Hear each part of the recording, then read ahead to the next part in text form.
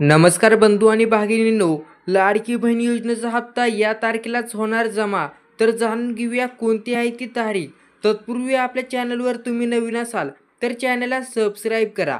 महाराष्ट्र सरकारने मुख्यमंत्री माझी लाडकी बहीण योजना सुरू केली. या योजनेचा 6वा हप्ता लवकरच महिलांच्या खात्यात जमा केला जाणार आहे. तर मित्रांनो, आतापर्यंत महिलांसाठी लाडकी बहीण योजनेचे 5 हप्ते वितरित केले गेलेले आहेत. तर 6व्या हप्त्याची तारीख ही जाहीर करण्यात आलेली आहे. तर आजच्या व्हिडिओमध्ये आपण जाणून घेऊया तारीख.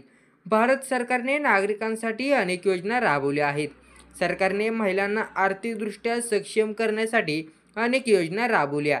महाराष्ट्र सरकारने महिलांसाठी लाडकी बहीण योजना राबवलेली आहे.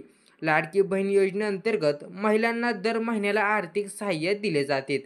महाराष्ट्र सरकारने महिलांसाठी लाडकी बहीण योजना राबवली.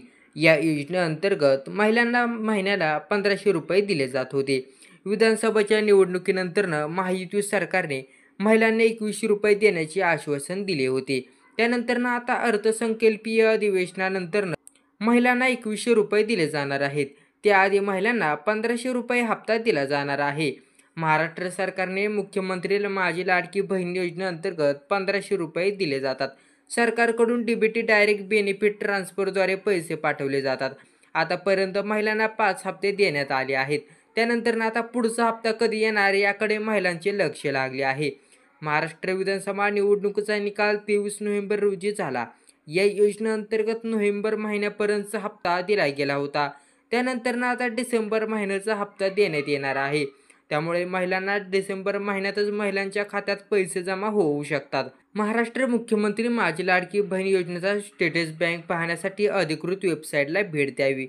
हाप्स टेस्ट MMMLBY माहिती गव्हर्नमेंट इन या वेबसाईटवर जाऊन स्टेटस पाहण्यासाठी ऑप्शन असेल त्यावर क्लिक करा. त्यानंतर मोबाईल नंबर आणि रजिस्टर मोबाईल नंबर असे 2 ऑप्शन दिले जातात. त्यानंतर तुम्ही तुमची माहिती भरून कॅप्चा कोड टाका. त्यानंतर तुम्हाला OTP टाकावा लागेल. यानंतर तुमचा स्टेटस दिसणार आहे. तर ही होती मित्रांनो आजची अपडेट. धन्यवाद.